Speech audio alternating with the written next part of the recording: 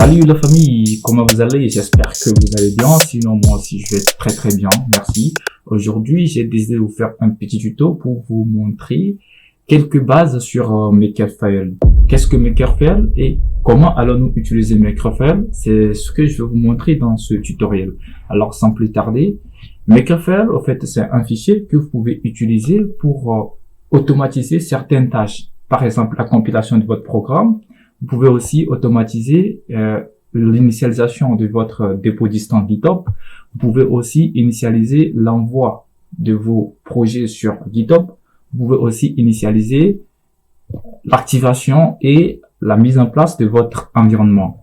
Alors, sans plus tarder, je vais essayer de créer le fichier Makefile et d'écrire l'ensemble des scripts que vous pouvez écrire dans Makefile pour essayer d'automatiser certaines de vos tâches. Alors, pour ce faire, là, directement, moi, je suis dans un dossier qui s'appelle tuto 6 avec un fichier qui s'appelle app.py et à l'intérieur de ce dossier, je vais créer un fichier qui s'appelle Makerfile. Alors, c'est simple. Pour ce faire, je vais ouvrir le terminal et je fais touch dans le dossier. Je fais touch Maker. Alors, comme vous venez de le remarquer, il y a un fichier Makefile qui s'est créé. Maintenant, ce qu'on va faire, c'est qu'on va essayer de remplir ce fichier. Comment procéder? C'est ce que je vais vous montrer. Alors, premièrement, ce qu'on va faire, c'est que on va automatiser l'initialisation de notre dépôt distant GitHub. Pour ce faire, je vais aller sur GitHub, je vais créer spécialement pour ce tuto mon dépôt distant. Et pour ce faire, moi je l'ai déjà préparé, j'ai déjà créé le dépôt distant et on va utiliser cet ensemble de scripts pour initialiser directement GitHub. Comment le faire automatiquement?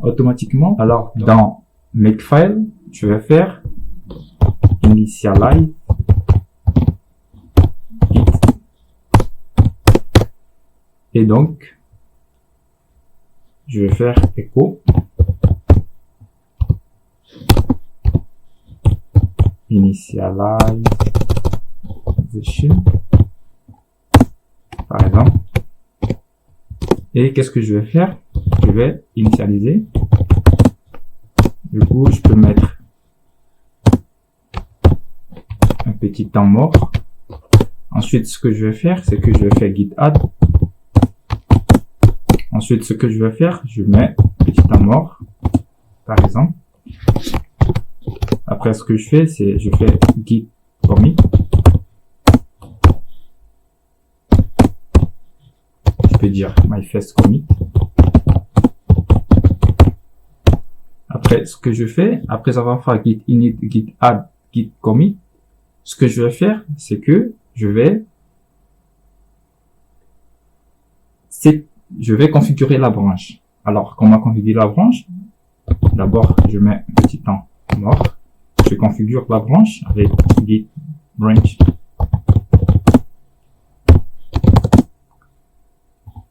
Amen. Je mets un petit temps mort. Ensuite, je fais git remote add et je mets le lien.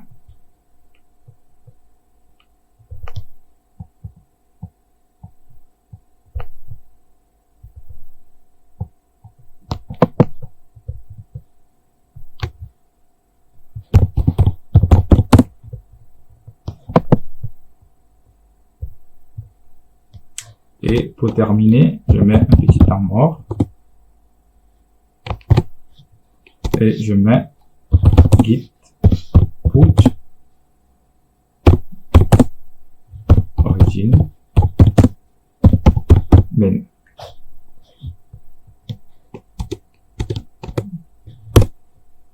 Là, nous venons d'automatiser l'initialisation sur GitHub. Ensuite, qu'est-ce que on va initialiser pour la configuration? Ce qu'on va initialiser encore de plus, c'est la création d'un environnement virtuel. Alors pour ce faire, l'environnement virtuel que moi je vous conseille d'utiliser, c'est pipenv. Donc pour automatiser la création de cet environnement, ce que vous allez faire, par exemple, c'est, vous pouvez mettre env et vous mettez echo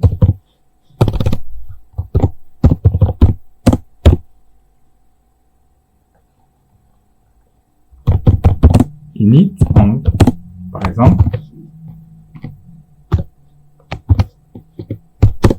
et qu'est-ce que vous mettez? Vous mettez pip env install. Vous voyez? Ok. Maintenant, ce qu'on va faire, c'est que on va aussi initialiser l'envoi sur GitHub à chaque fois, à chaque étape de notre projet. Alors, qu'est-ce que je vais écrire? Je vais écrire seulement, par exemple, pip git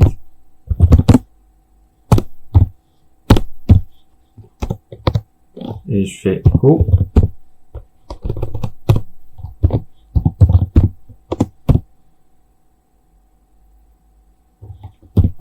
Poutine, par exemple. Donc, je fais 3 commandes, git add, je fais git commit,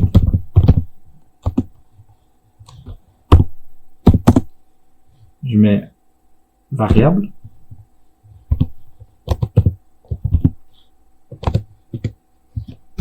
et je mets git push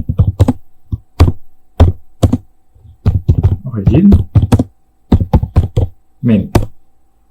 Ok.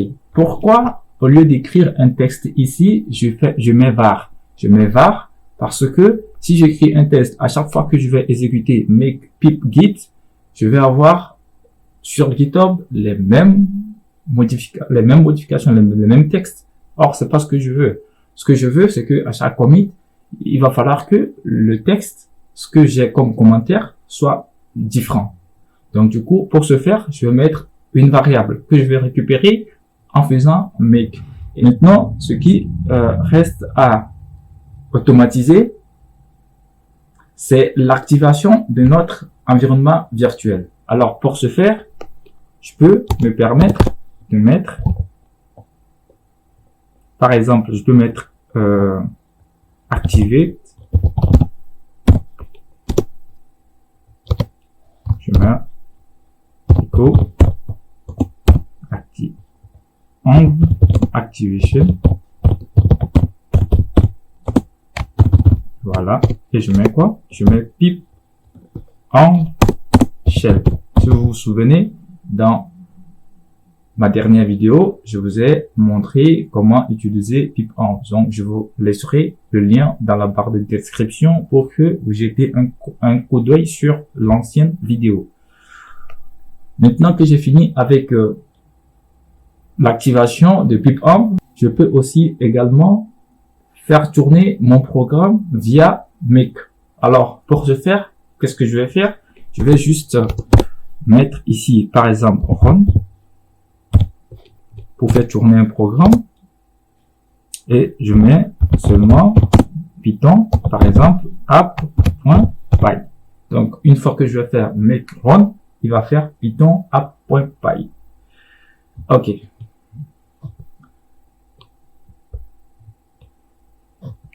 Donc, vous pouvez aussi automatiser d'autres tâches, par exemple, pip env run, où vous pouvez installer directement des librairies, des dépendances, etc. Donc, il y a plein de choses que vous pouvez faire. Donc, vous pouvez aussi utiliser pip env run pour automatiquement installer certaines dépendances, etc. Et voilà. Donc, c'est tout ce que moi j'ai à vous montrer. Donc, on va passer à la démonstration pour que vous voyez l'effet et la simplicité d'utiliser Makefile dans vos projets. Alors, pour ce faire, premièrement, je vais initialiser mon dépôt distant. Alors, pour ce faire, tout ce que je vais faire au début du projet, je vais mettre ça sous forme donc d'une configuration. Je vais mettre ça sous forme d'une configuration que je vais mettre dans Setup. Donc, quand je dis Setup, tu vas me faire, pour commencer mon projet, tu vas me faire l'initialisation de mon dépôt distant Git. Tu vas me faire également la mise en place d'un environnement virtuel.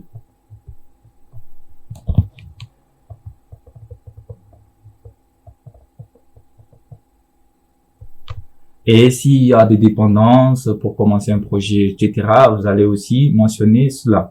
Donc, pour commencer mon projet, qu'est-ce que je fais? J'enregistre, je vais dans mon terminal et je mets make. Une fois que vous mettiez make, au fait, make, c'est une fonction de Linux. Alors, je vais faire make et je vais lui donner les directives. Les directives, c'est initial git, env, pip git, activate, run, setup. Donc, pour l'initialisation et pour la création de mon environnement, c'est setup. Donc, je lui dis make setup.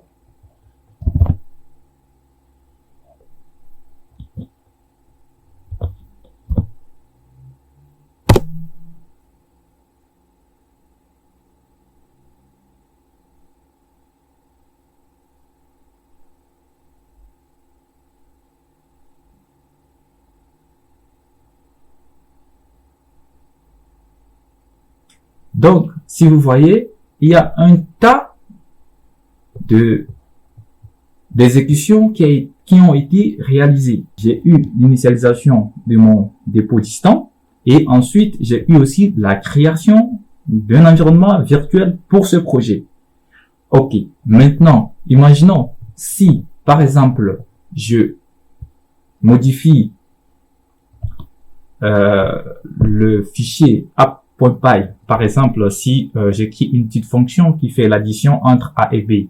Donc, je mets define, add, je mets A en entrée, A, here, int, je mets B qui est de type int, je dis, je veux faire return l'addition de A plus B. Voilà.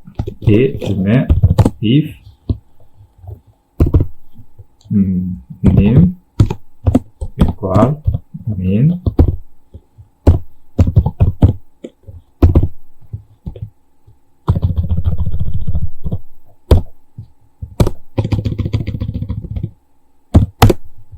donc je fais l'addition, donc je donne A égale par exemple 2 et je mets B égale par exemple 4 et ensuite je mets add A, B, par exemple, comme ça.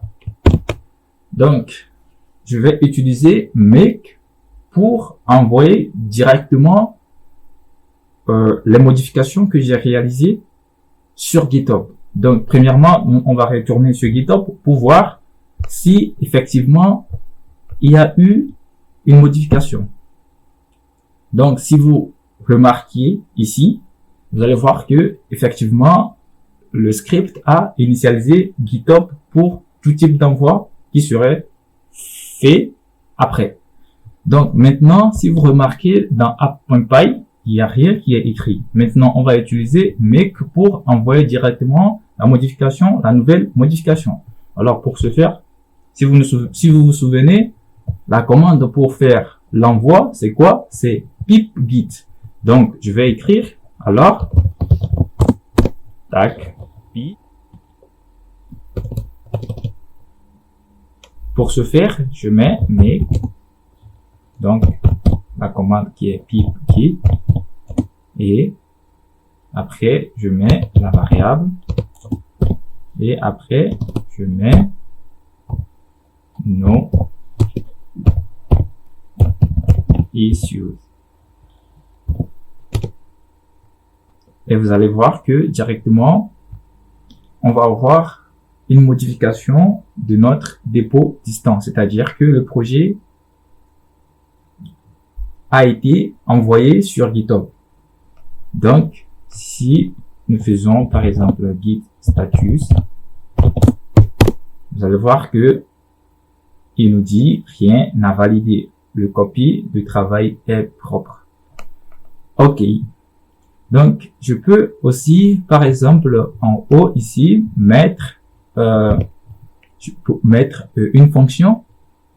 Par exemple, s'il y a un problème avec make var no issues, qui nous disent que variable n'a pas été définie, etc., etc., pour contrôler un peu le flux. Donc, maintenant, ce qu'on va faire, c'est on va essayer de faire tourner. Déjà, on va essayer d'activer notre environnement virtuel via make. Donc, je vais supprimer tout ce que j'ai fait. Tac. Et donc, en fait, déjà, il faut aller voir pour le moment si effectivement il a envoyé les dossiers sur Git. Donc, pour ce faire, on va aller sur mon GitHub. Tac. Tac. Tuto 6. Vous voyez que il y a eu des ajouts et que l'argument des commits, c'est no issues, c'est ce qu'on vient de mettre. OK. Donc, maintenant, on va travailler sur l'activation donc de notre environnement virtuel. Comment je vais faire pour activer? Je vais faire seulement make et je fais quoi? Je fais activate.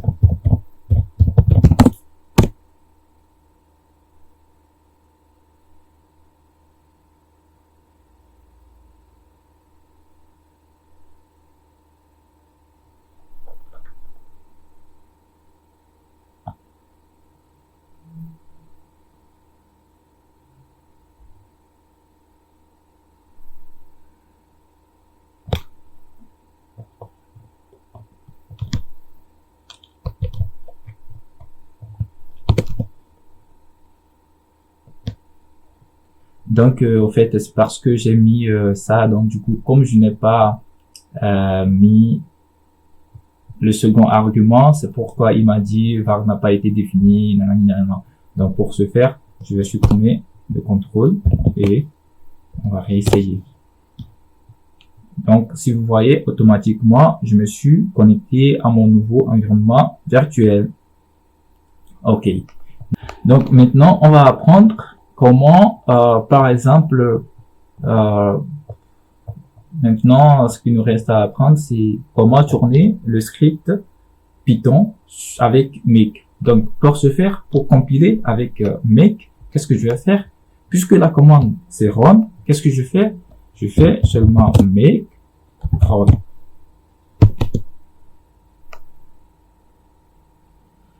Il nous dit que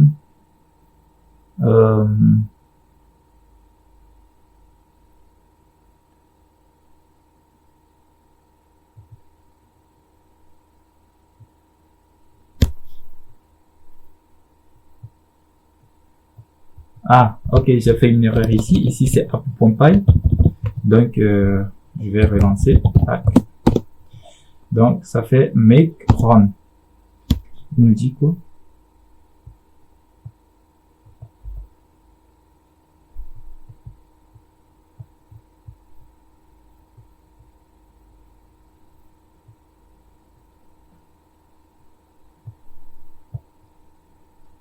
Ok, donc si vous voyez, c'est Python app.py vient d'être exécuté, mais juste qu'on ne voit pas la sortie. Ok. Donc pour ce faire maintenant, je vais faire Python app.py. Vous voyez, puisqu'il n'y a pas de sortie au fait, il n'y a pas de sortie. Donc ce que je vais faire pour que il y ait quelque chose, je vais print par exemple, pour que vous voyez que ça marche. Donc, et je vais revenir lancer, mais vous allez voir que j'ai 6 ici. Alors, sans plus tarder, c'est tout ce que j'ai à vous montrer. D'ici là, portez-vous bien. Ciao!